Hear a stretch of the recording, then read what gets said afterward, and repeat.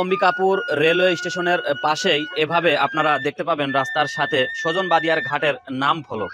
ঠিক এই রাস্তা ধরেই একটু সামান্য হাঁটলেই পেয়ে যাবেন সেই ইতিহাস সমৃদ্ধ পল্লী কবি জসিমউদ্দিনের স্মৃতি বিজড়িত সজন বাদিয়ার ঘাট। প্রিয় দর্শক, কয়েক কদম পা ফেলানোর পরেই সামনাসামনি এসে হাজির হয়ে গেল সজন বাদিয়ার ঘাট। হ্যাঁ, আপনারা এখন দেখছেন সজন বাদিয়ার ঘাটের ভিডিও ফুটেজ। দেখতে ঠিক এরকম অযত্ন আর অবহেলায় পড়ে রয়েছে এই স্মৃতিবিজড়িত ঘাটটি। মনে হয় যেন দেখার কেউ নেই। পাশেই গরুর খামার তৈরি করা হয়েছে, আর এই ঘাটের আনাচে কানাচে শুধু ময়লার স্তূপে পরিণত হয়েছে চারিপাশ। সামনেই স্মৃতিবিজড়িত অনেক কবিতা রচিত হয়েছে, যাকে ঘিরে সেই কুমার নদকে আমরা দেখতে পাচ্ছি। আগের মতো সেই কুমার নদে পানি নেই, নেই কোনো নৌকা চলাচলের ছবি।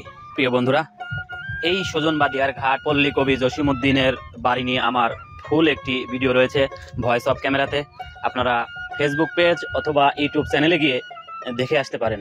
আশা নয়, বিশ্বাস রাখি আপনাদের মন ভরিয়ে দেবে ওই ভিডিওটি।